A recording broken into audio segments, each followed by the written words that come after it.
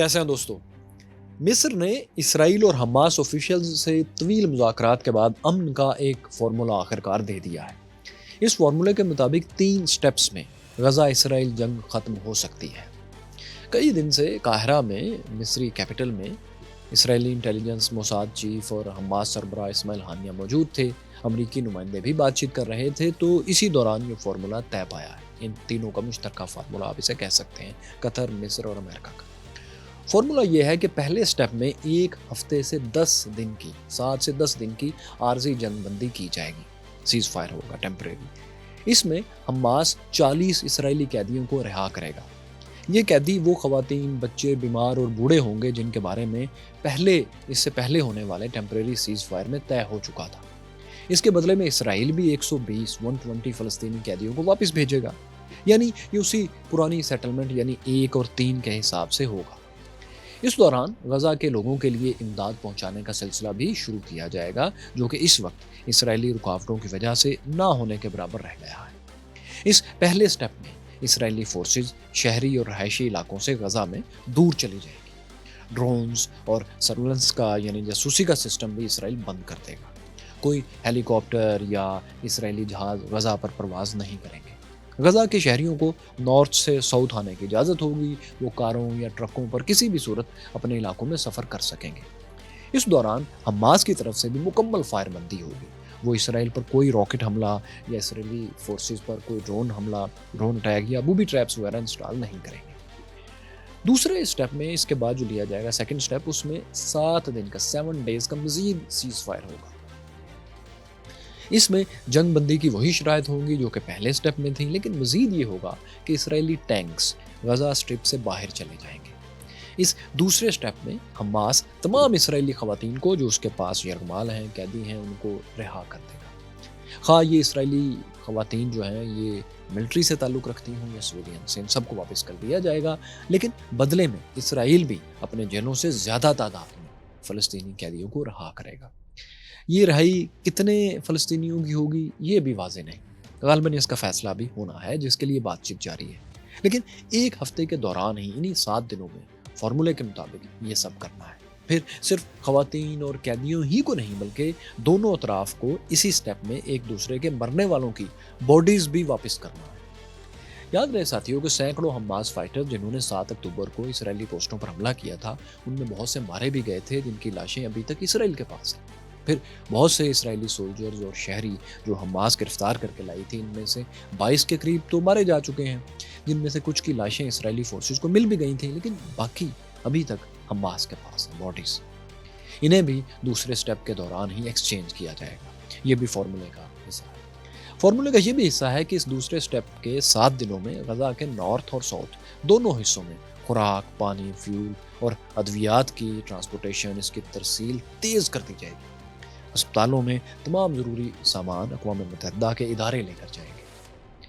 साथियों, इस दूसरे स्टेप के दौरान एक अहम पेशरफ्त और भी होना है, जिसे मिस्र ने लीड करना है। मिस्र की सरबराही में एक फास्ट पेस्ड, तेज़ रफ्तार डायलॉग होगा, जिसमें फ़लस्तीन की दोनों बड़ी तंजीमें, गजा की हमास और वेस्ट बैंक से PLO, ये दोनों शरीक होंगे। मिस्र इन दोनों के इख्तलाफात, इनके डिस्प्यूट्स ख़त्म करवा कर इन्हें करीब लाएगा और ये दोनों एक सियासी सेटअप पर तैयार हो जाएंगे।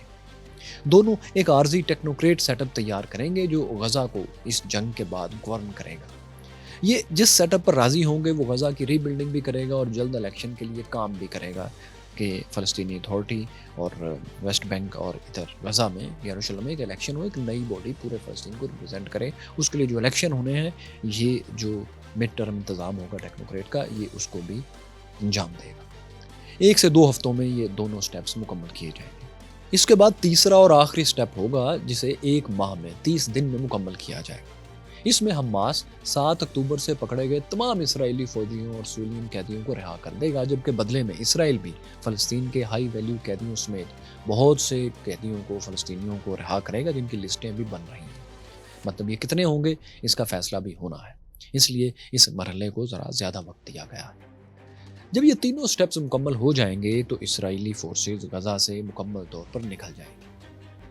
ये वो फार्मूला है साथियों अमन का, जो लिबनानी, इसराइली और कतरी अखबारात में छपा है। इस फॉर्मूले को मिस्र, कतर और अमेरिकी नुमाइंदों ने मिलकर बनाया है, या इनकी इसमें रजामंदी शामिल है। वही इसके गारंटर्स भी हैं और वही इसको मुकम्मल करवाने के जिम्मेदार भी होंगे, बज़ाहिर अब तक यही लग रहा है। हमास और इस्लामिक जिहाद के अलावा इसराइली वज़ीर-ए-आज़म को भी इस फार्मूले से आगाह कर दिया गया है। इन सब ने इस फार्मूले पर जो रद्द-ए-अमल दिया है वो भी हम आपके सामने रखते हैं, लेकिन असल बात यह है कि दोनों ने, यानी हमास की तरफ से भी और इसराइल की तरफ से भी, नेतन्याहू की तरफ से भी, मुज़ाकरात को, इस गुफ्तगू को छोड़ देने, इसे मुस्तरद कर देने की, यानी ये डायलॉग प्रोसेस बंद कर देने की बात नहीं की गई। दोनों ने इसे यकसर मुस्तरद नहीं किया। हाँ, उन्होंने अपने अपने तहफ़्फ़ुज़ात का इज़हार कर दिया है। हमास की तरफ से रद्द-ए-अमल ये है कि उन्होंने इस प्रपोज़ल को ये कहकर इसकी शराइत को मुस्तरद कर दिया है कि इन्हें कोई जल्दी नहीं है जंग बंदी की। वो तमाम इसराइली कैदियों के बदले में अपने तमाम 12,000 कैदियों की रिहाई चाहते हैं, इससे कम नहीं। 5,000 से कुछ ऊपर 7 अक्टूबर से पहले जो गिरफ्तार थे और इसराइल में बंद थे, और इसके बाद वेस्ट बैंक और गजा से जो 7 अक्टूबर के बाद मजीद 7,000 से ऊपर गिरफ्तारियाँ हुई हैं, उनको भी ये मिला के 12,000 बनते हैं। तो हमास का और इस्लामी जिहाद, जो कि इनके साथी गजा तंजीम है, दोनों ने ऑल फॉर ऑल की शर्त रखी। दूसरी तरफ इन्होंने अपनी रेड लाइंस भी मिस्र को और कतर को और अमेरिका को बता दी हैं कि इसराइली बमबारी के होते हुए वो किसी डील का आगाज़ नहीं करेंगे। किसी भी डील के, किसी भी फार्मूले के शुरू होने से पहले ज़रूरी है कि इसराइल गजा पर बमबारी बंद करे और इसको खाली करे। इसके मुकाबले में दूसरी साइड इसराइल राइट विंग ने भी इस फार्मूले को मुस्तरद कर दिया है।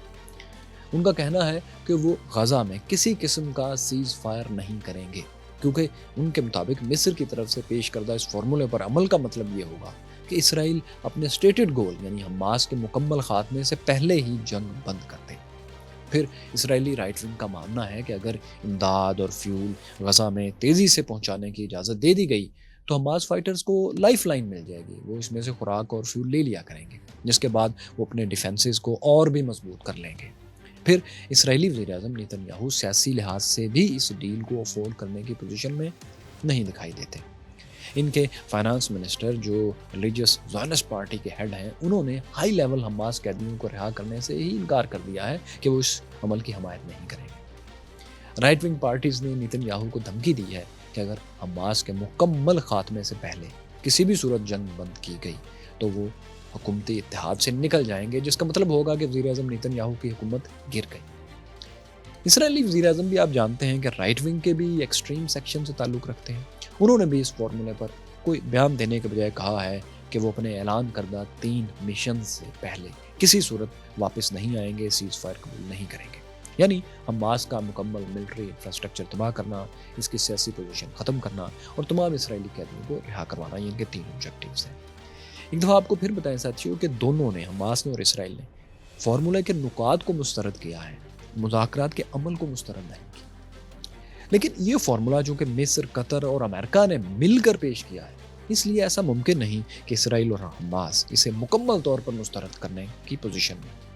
इस फार्मूले पर उन्हें कुछ लो और कुछ दो की बुनियाद पर आगे बढ़ना ही होगा। मगर लगता है कि इसराइल गजा पर हमले के इस वक्त को एक नादिर मौका समझकर, एक यूनिक अपॉर्चुनिटी समझकर गजा की मुकम्मल तबाही चाहता है। इससे ज़्यादा सियासी फ़ायदा हासिल करना चाहता है। उसने मिस्र से ताल्लुकात ख़राब करने का रिस्क भी इसी ज़मीन में ले लिया है। गजा का जो 14 किलोमीटर के करीब का बॉर्डर जो है वो मिस्र से लगता है, वहाँ रफ़ा क्रॉसिंग है एक कोने पर, यहाँ से सारा इमदादी सामान गजा में आता है। तो अब इसराइल ने मिस्र से मुतालबा शुरू कर दिया है कि वो रफ़ा क्रॉसिंग खाली कर दे, इसराइल के हवाले कर दी जाए ये रफ़ा क्रॉसिंग, ताकि इसका सारा इंतज़ाम वो देखे। इस बॉर्डर से जो कुछ भी इमदाद आती है उसे भी वही चेक करे। रफ़ा क्रॉसिंग के पास 2 दिन पहले इसराइली जहाज़ों ने बम भी गिराए हैं, जिससे वहाँ मौजूद मिस्री इंस्टॉलेशंस को नुकसान भी पहुँचा है। मिस्र ने साफ कह दिया है कि वो अपने बॉर्डर की पोस्ट खाली नहीं करेगा, वो अपने बॉर्डर पर किसी सूरत इसराइली फोर्सेस की पोस्ट नहीं बनने देगा। याद रहे साथियों को, ये रफ़ा क्रॉसिंग भले मिस्र के साथ है, यहाँ सिक्योरिटी भी मिस्री है, लेकिन यहाँ से क्रॉस होने वाली हर चीज़ को आगे मौजूद इसराइली स्कैनर से स्कैन होकर गजा में जाना होता है। मतलब गजा में कोई भी इम्पोर्ट, बेशक वो मिस्र से आ रही है, वो इसराइली इजाज़त के बगैर नहीं आ सकती।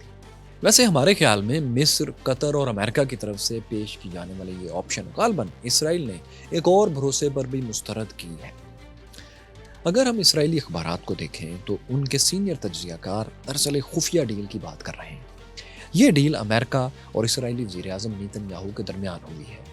اس کے مطابق اگر اسرائیل غزہ میں امدادی سامان کی ترسیل جاری رہنے دے، اسے نہ روکے، تو وہ لمبے عرصے تک جنگ جاری رکھ سکتا ہے۔ اپنے مقاصد کو پورا کرنے کے لیے جب تک چاہے غزہ پر حملہ جاری رکھ سکتا ہے۔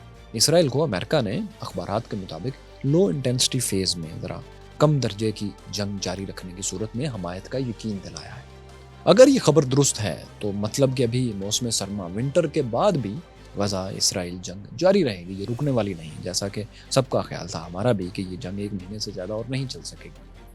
لیکن مسئلہ یہ ہے کہ جس قدر یہ پریشان کن فالٹ لائن ہے اسرائیل اور غزہ کی، انٹرنیشنل فالٹ لائن، جس طرح اس کی وجہ سے باب المندب یمن کے پاس بھی انٹرنیشنل ٹریڈ چوک ہو چکی ہے، لبنان کی طرف سے بھی جنگ کی شدت بڑھ رہی ہے، تو یہ کانفلکٹ طویل چلتا ہمیں تو کسی بھی ریزنیبل سینس میں نظر نہیں آ رہا۔ ساتھیو، غزہ میں حماس نے اب کیا ٹیکٹکس استعمال کرنا شروع کیے ہیں، اسرائیل کو کتنی کامیابی مل رہی ہے یا نہیں مل رہی، اور حماس نے وہ کیا کیا ہے جو اب آہستہ آہستہ اسرائیل کو اب انفولڈ ہو رہا ہے، اور کیا واقعی یہ جو سب کچھ آپ نے آج پرپوزل سنا اور امریکہ کی ایک اشیر بات سنی، اس کے بعد اسرائیل واقعی جنگ جاری رکھ سکے گا؟ اس پر ہم مزید بات کریں گے میدان جنگ کے حوالے سے کل کے ویلاگ میں ضرور دیکھیے گا۔ ہم نے غزہ اسرائیل جنگ کو 360 اینگل سے کور کرنے کا سلسلہ پہلے دن سے جاری رکھا۔ آپ اس سلسلے کی تمام ویڈیوز اس پلے لسٹ پر چیک کر سکتے ہیں۔ یہاں دیکھیے مسلم ممالک اتنے کمزور کیسے ہو گئے ہیں، اور یہ رہی ایوولوشن کی کہانی۔